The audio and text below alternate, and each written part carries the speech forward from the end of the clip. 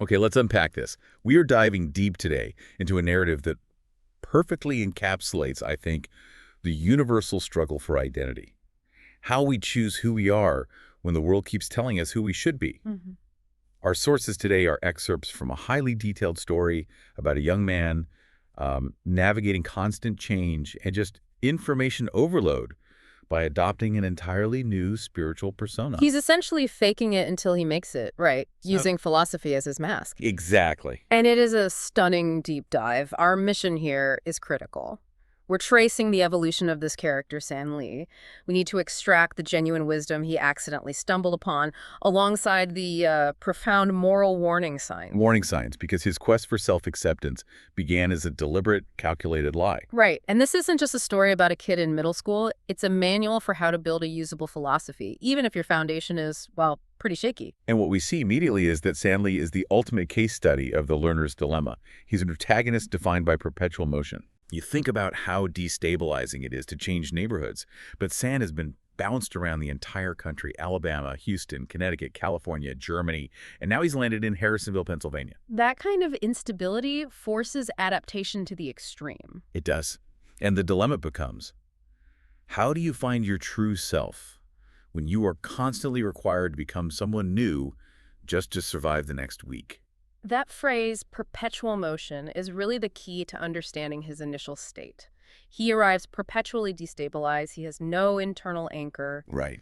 And for you listening, maybe you haven't moved states 6 times, but if you've ever started a new job or joined a new community or found yourself in an environment where the rules of social engagement were just opaque, You get it. you understand that feeling of information overload and the urgent need to adopt a personality that offers, some protection. Right. And San is hyper-aware of this need. Mm. He observes that despite all the geographical turbulence, certain institutions remain universally monotonous. His observations about middle school are almost anthropological. They really are. He details the specific universal smell, that unforgettable cocktail of damp lockers, industrial cleaning fluids, and last week's puke. It's the smell of institutional conformity, isn't it? Absolutely. And the food is the same. Mm-hmm. The guaranteed tater tots, the predictable lack of any recognizable protein, the meatless pasta that just signals defeat. He realizes that even though the locations change, the basic framework of adolescence is totally predictable. And if the food and the smells are predictable, the social landscape is even more so. Oh, yeah. San realizes he can categorize his new classmates immediately. He spots these predictable social archetypes, like the Animal Planet guys who only talk about documentaries. Or the Martian girls who seem to be experiencing human hormones for the very first time. Right. So to survive, he doesn't need originality.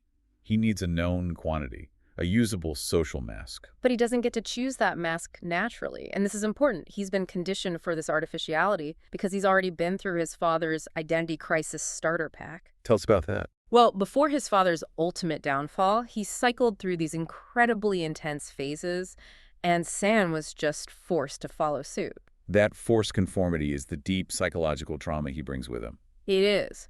One week, San is a skater kid, mastering the jargon and the gear. The next, his father decides he's a Bible thumper, complete with mandatory church services and a whole new vocabulary. Then it's the preppy kid phase, followed by a brief disastrous attempt at being a pretend jock. He never had the luxury of just being Sam. And the cynical philosophy grounding all this behavior comes from this really vivid anecdote shared in the sources during their brief time in California. The archery target. Yes, San, who likes precision, is practicing archery on a mathematical target.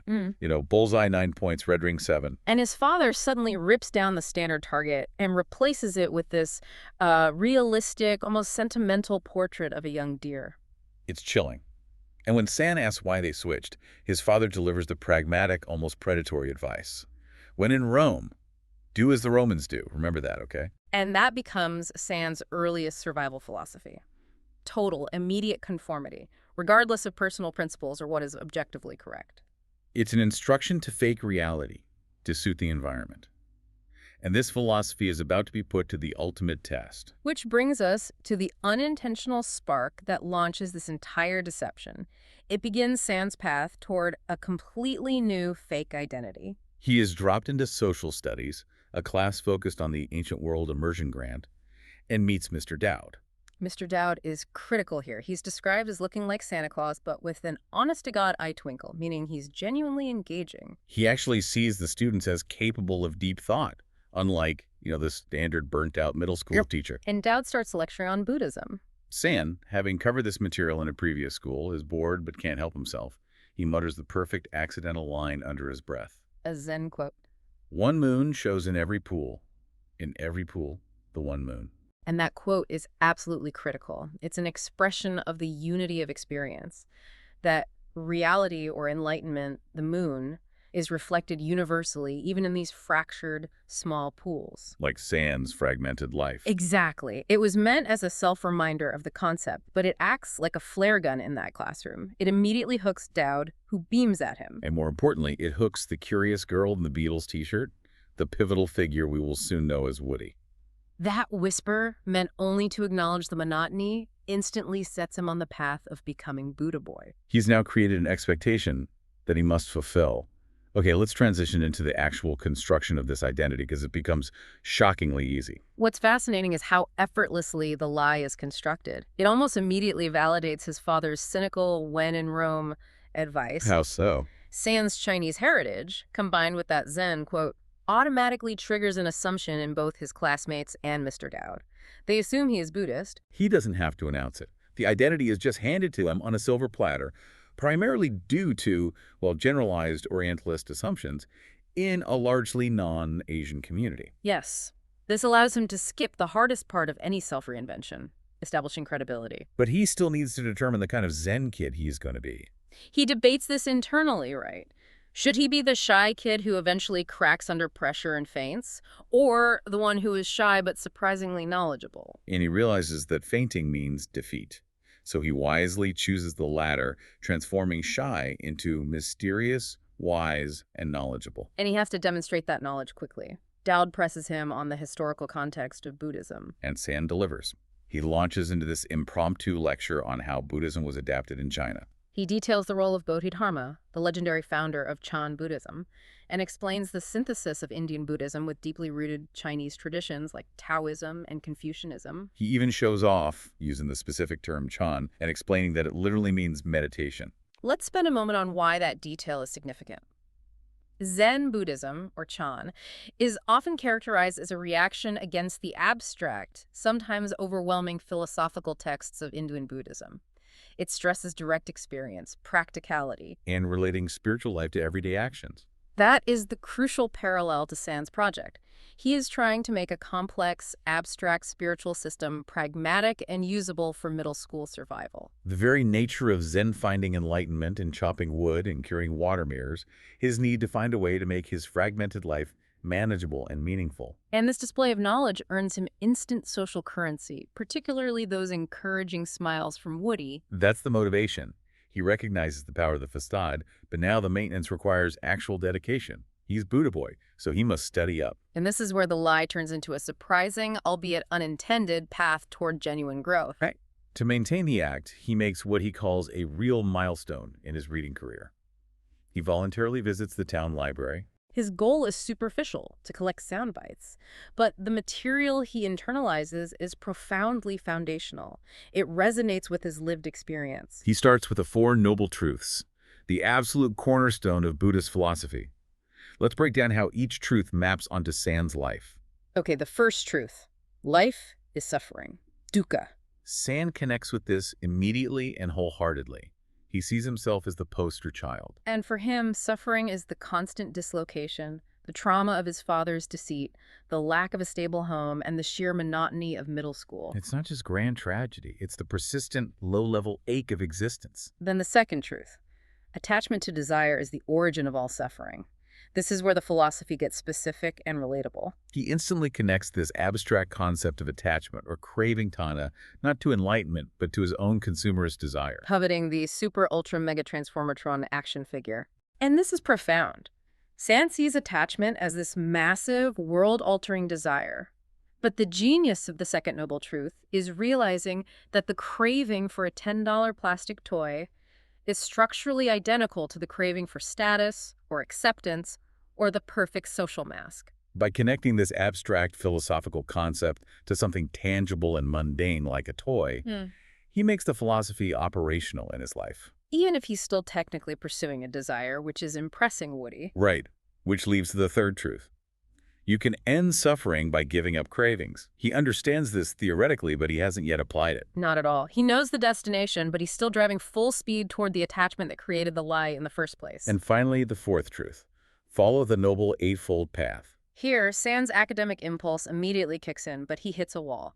He realizes the path requires him to learn 8 more things: right view, right intention, right speech, and so on. He calls it a rabbit hole, forcing him to learn 8 more things, which hilariously illustrates his hatred of research, but reinforces the overwhelming nature of this kind of knowledge. So he is using the philosophy of non-attachment as the ultimate vehicle for attachment. It's this beautifully ironic paradox. And the key driver for maintaining that paradox, of course, is Woody. Precisely. His research extends beyond Zen texts because he's fueled by his need to impress her. He sees her playing guitar in the cafeteria, singing this haunting folk song. And he searches the lyrics. Dusty road that a million feet have trod. He discovers the song is by Woody Guthrie, and this reveals the secret origin of her chosen name, Which is itself a chosen adopted identity. Sand immediately recognizes her as another person living a constructed reality. So he digs deep into the details of the real Woody Guthrie's incredibly turbulent life. And we learn about the intense trauma, the insane mother, the sister dying in a mysterious fire, the family losing everything in the real estate crash, and Guthrie's time as a homeless teenager. Woody Guthrie was defined by hardship and resilience. And crucially, Sand learns that Guthrie was an anti-Nazi hero in World War II, famous for painting the slogan, "This machine kills fascists," on his guitar. And we, the audience, realize that the very sticker on Woody's guitar, the symbol of her rebellious, authentic self, is a direct homage to this trauma and resilience. Sand immediately sees the connection. He realizes that by learning her hero's backstory, he has found a direct, intellectual path to impress her. His initial motivation is clear. Attachment and desire are indeed the origin of his actions and his continued suffering. He is building the lie meticulously. While he's conducting this deep research, he gains his unwitting academic mentors, creating a perfect institutional support system for his deception. First, there's Mildred Romberger, the librarian. Mildred is fantastic. She's described as the crone with a bone claw hand, looking like she should have a valid death certificate. A wonderfully evocative description. It immediately sets her apart from the standard friendly librarian. She is the keeper of the sacred texts and immediately suspicious. She calls him out on not having a local library card, only the San Jose card. But she is so profoundly pleased to see any student interested in Buddhism that she overrides his suspicion. And she becomes his unwitting supplier. She hands him this massive pile of books, sharing an important piece of institutional information. Sand is only the second person, besides Mr. Dowd, who has ever checked out a book from the 294.3 section. The Buddhism section. Right. This connects the 2 primary adult authorities in his life, the academic guide, Dowd, and the resource gatekeeper, Mildred. His lie is structurally sound because the 2 people who could expose him are actively encouraging him. We learn later that Dowd and Mildred are even in on this secret mentorship, with Dowd leaving Sand philosophical notes in his locker. It's like the universe is conspiring to reward his choice of identity, even if it's fraudulent. The takeaway here is the power of positive reinforcement.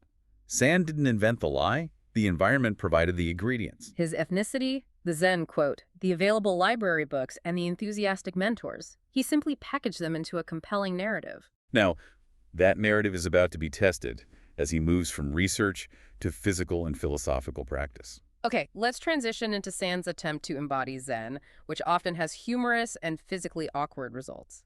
He moves to Zazen, sitting Zen. Zazen is the core of Zen practice, moving theory into physical reality. It requires specific, intense focus feet resting on opposite thighs, hands folded into an oval, demanding a state of no mind, mushin, where all conscious thought and self-awareness are supposed to dissipate. This is a radical concept, especially for a middle school student who is constantly spinning with anxiety about his next lie or his next move. Achieving no mind would seem almost impossible. It is, especially when practiced outside in the morning cold.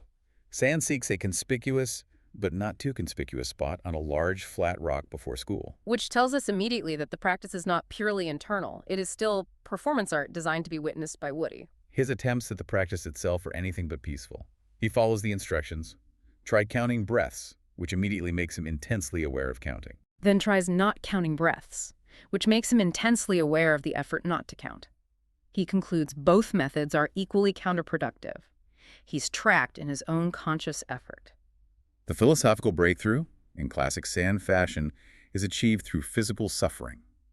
He finally manages to stop thinking about the impossible goal of breathing by concentrating instead on the singular acute sensation of his butt freezing solid on the rock. He focuses on the numbness.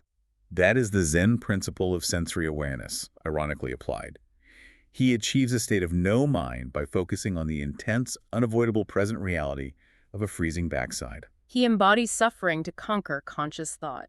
And this painful practice is perfectly timed. Woody and Peter Jones approach him while he's in this meditative pose in the morning frost. Woody, clearly impressed, asks what he's doing. San deploys the cryptic persona he's been studying. His responses are straight out of the Zen master's playbook, sitting. The sun is up. When Peter, predictably antagonistic, asks what the heck he was actually thinking about, San replies, "I was thinking about not thinking." The delicious irony is that he is thinking intensely about how to avoid thinking, all while performing this conspicuous act of non-attachment for the sake of the deepest attachment winning Woody's affection. But Woody doesn't see the performance. She interprets this as genuine, profound, and real. This deepens the foundation of his lie to a critical level because now she's investing her own hope in his wisdom. His field research continues in social studies class with his Zen garden project. He creates a shoebox-sized garden with sand, gravel, and 3 carefully placed rocks, and he rakes it with 4 sharpened pencils taped together, seeking that state of no mind applied to physical creation. Let's discuss the Zen garden itself. It's a dry landscape garden, karasansui. Right. Designed not for viewing nature, but for contemplating nature's essence. The raked sand represents water, often symbolizing calm or the flow of the universe. The rocks represent islands, mountains, or fundamental principles. And the act of raking is itself a form of meditation, demanding focus and perfect spontaneous flow. And San is attempting this spontaneous, perfect flow in a middle school classroom, setting up a perfect conflict with Peter Jones, the cynical realist. Peter sees the garden, sees the performance, and acts. He intentionally opens the classroom window, sending a massive gust of frigid air that scatters San's perfectly raked sand. It utterly destroys the moment of intended perfection. It's an act of pure, targeted sabotage. But San is ready. He instantly flips the situation, using the philosophical concept he just internalized: impermanence. He grins and tells Peter, "Thank you, Peter. Thank you for teaching me the lesson of impermanence." That moment is San's true graduation into the persona. He takes utter humiliation and converts it into a philosophical victory. He leverages the very philosophy he was faking to save face, elevate his status in Woody's eyes, and turn Peter's antagonism into a lesson. He has weaponized wisdom. And he continues to use Zen parables as conversational weapons. Peter tries to challenge him publicly with the oldest philosophical chestnut in the book. If a tree falls in the forest and nobody is around to hear it, does it make a noise? That classic query aims to challenge the nature of objective reality versus perception. Peter is essentially asking, is your Zen real if nobody is here to validate it? But San counters brilliantly and immediately. If a monkey howls and nobody listens, is he still a monkey? That's philosophical deflection genius. San shifts the focus from the nature of sound or reality to the nature of identity. He asserts that the monkey's inherent nature is to howl, regardless of the audience. The implication is, my nature is what it is, regardless of whether you, Peter, acknowledge my Zenness. This unexpected, witty philosophical counter earns him deep respect from the rest of the class. It cements the rivalry. Later, Peter, clearly frustrated by San's untouchable persona, rackets up the confrontation. He publicly pressures San about signs and wonders and the possibility of a 7th patriarch, specifically bringing up San's cryptic notebook name, the Laughing Archer. Peter's trying to force San into making mystical, unverifiable claims that can be debunked. So San realizes he must pivot away from any supernatural claims, which are antithetical to the pragmatic, everyday focus of Zen. He needs a parable that recenters the conversation on action and simplicity. He deploys the classic Zen story of Joshua and the monk. Joshua asks the monk, "Have you eaten your rice porridge?" The monk replies, "I have eaten." Joshua says, "Then you had better wash your bowl." And that is the perfect response. It instantly shifts the focus away from the mystical, the signs and wonders, and back toward the profound wisdom found in the simplest, most mundane task accountability, and cleaning up after yourself. It elevates the ordinary and earns applause from Dowd. San has demonstrated that he can not only absorb complex philosophy, but deploy it strategically under duress. The final, physical application of his research comes during the class basketball project with Woody, inspired by the book Zen and the Art of Archery. He applies the principles of form and non-attachment to the free throw. The book is essential here. The German archery student detailed in the text spent 6 years dedicating himself to perfecting the physical form of drawing the bow and releasing the arrow. Specifically instructed not to focus on where the arrow lands. The goal is to perfect the process, form over result, trusting that accuracy will follow naturally when the form achieves flow state. San attempts to apply this dedication to free throws. He concentrates entirely on perfecting his terrible form, believing that accuracy doesn't matter. And this is where the theory hits the concrete reality of San's general lack of athletic ability. He is terrible. He throws air balls, his cheap sandal flops off, and the physical result is constant failure. However, his Zen rationale, that accuracy doesn't matter, only the purity of the process, makes the abstract concept of form over result accessible to the rest of the class. Even if only in the context of his epic failure. And it provides a massive contrast when Woody eventually demonstrates the difference between intellectual dedication and practical ability by sinking 5 straight shots. She observed San's form for weeks. San's application, though physically flawed, solidifies 2 things: the identity in the eyes of his peers and his dependence on Woody, who provides the physical guidance and encouragement that his abstract theory lacks. This sets the stage for the true climax, the moral implications of his lie, which are about to become devastating. Here is where the stakes stop being philosophical parlor tricks and become matters of profound emotional and moral consequence. We need to transition now to the true internal struggle. The moral line is drawn most clearly when San is forced to write an English journal entry about the Anne Frank quote, "Final forming of a person's character lies in their own hands." This forces him to contrast the philosophical wisdom he's adopted with the cynical, self-serving definition of character he inherited from his father. And the father's philosophy was pure cynicism, rooted in betrayal. We get that vivid anecdote from Alabama, the cashier accidentally giving San change for a $20 bill instead of a $5. His father's response is chilling. It wasn't just a simple mistake, it was a lesson in exploitation. His father's view, the chump philosophy, was, people are chumps. They'll screw you 9 times out of 10. So when you get a break, you take it. When San, a genuinely moral kid, asks what happens to the cashier who has to cover the loss, his dad just shrugs it off. And then we learn the painful follow-up detail. The next time they went back, there was a new cashier, and San lost the promised lollipop. The lesson was learned. Greed and exploitation have real consequences for others. This anecdote, combined with his father's history of committing frauds across state lines, selling fake title insurance, doing inspections without a license, even selling spoiled meat while supposedly at a Bible retreat, shows San the terrifying trajectory he is fighting against. His inherited trauma is the fear of becoming his father. And this is where the Zen philosophy, which he initially adopted as a disguise, becomes his lifeline.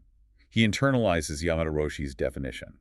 The purpose of Zen is the perfection of character. San realizes he has a profound choice. Follow the path of cynicism and easy exploitation, or choose karma, the belief that the results of one's own actions are the only determinant of fate. He writes in his journal that you need to find your own way in the world. His Zen identity is suddenly transformed from a defensive social mask into a genuine moral compass, a psychological shield against his lineage. The lie is, paradoxically, a necessary act of moral rebellion. But this morally protective shield quickly begins to inflict collateral damage on the person he cares about most, Woody. Whose real name is Emily Long. The true meaning of the ELL initials San saw on her assignment sheet earlier is devastatingly revealed. Emily Long Lee, her hoped-for married initials. She is not just attracted to him, she is planning a shared future with San, the wise Zen master. This means her emotional investment in his persona is total, creating immense pressure on San. We learn that Woody, or Emily, is also hiding a traumatic past. Her identity as Woody is a direct reaction to serious family conflict. Her father is a wealthy dentist who refers to poor people as parasites. And Woody rejects that inherited wealth and morality. She changed her name after her mother left her the Woody Guthrie CDs, connecting herself to a history of hardship and social justice. So Woody, like San, is living a constructive lie to fight an inherited shame. Her belief in San's wisdom is so complete that she is inspired by one of his accidental, research-based quotes. Concentrate on and consecrate yourself completely to each day, as though a fire were raging through your hair. She interprets this as an instruction for radical action and vulnerability. She takes a huge personal risk. She records a DVD of her music and mails it to her estranged mother, using San's quote as her justification for the courageous act. This adds enormous emotional weight to his lie. If San is exposed as a fraud, he is not just betraying a friend, he is shattering her profound, vulnerable hope for connection with her own mother. And this brings us back to Peter Jones, who we now understand is not just a bully, but Woody's stepbrother. This explains his intense rivalry and his protective streak. Peter genuinely believes San is trouble and is going to hurt Emily, primarily because he sees the emotional detachment San displays. Peter is seeking the truth, but he fundamentally misunderstands the nature of San's performance. He uses the internet to find out San's secrets, specifically the fact that his father is in prison and the family has been in constant trouble. Peter interprets San's apparent Zen non-attachment as coldness and shame about his relationship with Woody. He thinks San is emotionally distancing himself to prepare for the inevitable move or collapse. Who doesn't realize the Zen mask is the real shame? The pressure cooker continues to build at home, where San is desperate to avoid his father's weekly collect call, which costs his mother dearly. His solution is a complex moral and strategic maneuver, the Save the Wednesdays plan. The plan is brilliant in its complexity. He uses the credibility of his Zen identity to organize the B-team basketball guys into a committed group for soup kitchen volunteering. This guarantees commitment every Wednesday evening, ensuring he is absent when the prison call comes in, protecting his mother financially and emotionally. The motivation is a tangled knot. Genuine compassion, intense self-preservation, and attachment to Woody. It's a beautifully choreographed moral tightrope walk. But the whole setup is doomed because, in real life, complex webs of deceit are almost always undone by simple human factors, in this case, the impending clash of the moms. The stage for the public unraveling is set at the charity basketball game, the Laughing Archers versus the A-Team. San's non-Asian mother, Diane Lee, is trying to connect with Woody's mother there. Diane shows up wearing a bright red scarf to be easily spotted. Totally unfamiliar with the complex social structure, the confusion begins immediately. Woody's father, the dentist, is there, and he whisks Peter away as soon as Peter breaks his finger, winning the game. The chaos and the excitement of San's accidental lucky free throw that wins the game distract Diane just enough that she misses the connection. The external crisis fails to reveal the truth, but it sets the conditions for the internal collapse. The final, devastating lies crumble later that day in rapid succession. First, Woody's package returns, stamped with the crushing message, "Return to sender, no such addressee." Her mother is officially gone, and the huge, vulnerable hope she placed in San's quoted wisdom is betrayed. Woody confronts him, her own constructed identity shattering, and she makes the declaration that is San's ultimate indictment: nobody's ever going to fool me again. The emotional stakes could not be higher. And that is the exact moment his mother, Diane Lee, arrives at the soup kitchen. She barges in, holding San's hidden artifacts of shame, his ridiculously bright green and yellow coat, his white gloves, and his red sneakers. She identifies herself as Diane Lee. In that instant, the entire structure collapses. Woody learns San is not Chinese, his Zen wisdom came from the library, and his dad is in prison. But the most crushing verdict comes from Mildred, the librarian who is volunteering there. Seeing the devastation on Emily's face, Mildred exclaims that she can't believe Emily thought San was a real Zen Buddhist, noting that the essence of Zen is truth. That is the philosophical executioner statement. San realizes the profound failure of his deception. He is cornered and, in a moment of pure, vulnerable self-disclosure, confesses the entire story to Mildred. His final self-accusing statement is the core of his moral crisis. I'm not a nice boy. I'm a second-generation convict. The lie is shattered, but the path to genuine character has finally opened. The irony is that the knowledge acquired for the lie remains. Now San has to figure out how to live the philosophy honestly. This is the resolution phase. The structure of the lie has fallen, leaving San only with the philosophical foundation he internalized. The process of making amends starts immediately in the most unexpected place, romping the slush at the soup kitchen with Sister Mary Claire the nun. Sister Mary Claire acts as his spiritual guide in this moment of crisis, delivering wisdom rooted in radical accountability. She tells San, you can lay down the burden of whatever your father has done, but you have to carry what you've done on your shoulders until it's ready to be laid down. That is a profound distinction. You cannot choose your inheritance, but you are responsible for your actions. This means that true repentance requires making amends, regardless of whether the injured party chooses to forgive him. The purpose of the action is internal purification, not external reward. Sand takes this to heart, and it results in two concrete, powerful acts of genuine character formation. First, he makes the excruciating choice to stop ducking his father's calls. He writes a powerful letter, expressing not just anger at his father's actions, but owning his own reaction, his dishonesty and the lie, and stating his commitment to honesty from that moment forward. That letter, addressed by his mother, is the first definitive step toward cutting the umbilical cord of inherited trauma. He is taking responsibility for his own moral landscape. The second act is physical and symbolic. He physically embraces his true, awkward identity by openly putting on the ridiculously colorful puffy coat, the white gloves, and the red sneakers, the wardrobe he had hidden in a sewer pipe every day. He is choosing vulnerability and honesty over perceived coolness or the polished facade of the Zen master. This new honesty is immediately tested by the one person who wanted to hurt him most, Peter Jones.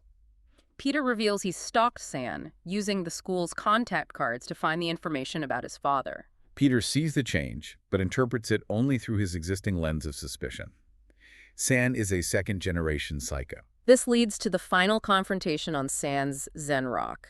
Peter, his arm in a massive fluorescent green cast from the basketball game, punches San. San, having made a promise to Woody and having internalized the Zen commitment to nonviolence and right action, refuses to fight back. He accepts the beating. He chooses principle over self-defense, maintaining his newfound commitment to a nonviolent, honest path. The immediate social outcome of this act is isolation. He becomes the boy outcast. Yeah. He is physically and emotionally scarred, but he maintains his personal integrity. He lost the social status of Buddha boy, but he gained the integrity of San Li. The narrative beautifully shows that despite the pain and isolation, San's earlier act of faking it has left lasting, genuine philosophical impressions on his classmates. There's a wave of intellectual curiosity that continues to roll even after the facade is broken. The Zen wave is undeniably real. We see the quiet girl in English class citing San's philosophy to save a stink bug, choosing reverence for life over disgust. It's a micro act of compassion inspired by his teachings. And Mike the Bison, the basketball player, takes the idea of form over accuracy from the Zen basketball project, focusing intently on form is all that matters in his baseball pitching. He's hurling the ball wildly, but maintaining the purity of the principle. The philosophy transcended the instructor. And the most crucial residual effect is Emily, who is now publicly using her real name. She returns to her guitar spot at lunch, asserting her own agency.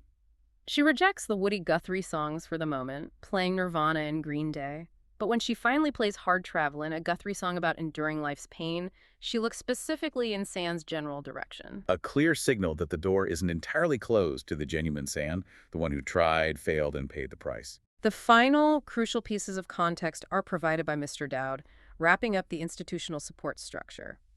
San stays after school and learns that Dowd was the one leaving the philosophical notes in his locker, actively trying to nudge him toward genuine introspection and away from the lie. And Dowd reveals that Mildred, the librarian, is his sister. The guides were connected all along. And Dowd delivers the final, synthesizing quote from the I Ching, the ancient Chinese text of changes. When the way comes to an end, then change having changed, you pass through. That is the ultimate validation of San's tumultuous year. The failure of the lie was not an end, but a necessary condition for transformation.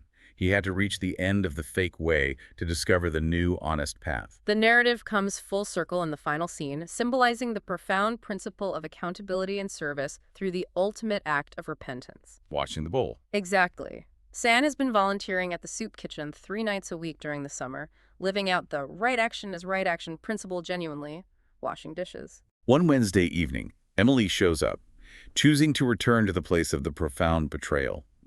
She wordlessly starts washing dishes next to him, breaking the months of painful, required silence. She doesn't ask for an apology or a grand explanation. She asks 3 questions that summarize the entire philosophical journey.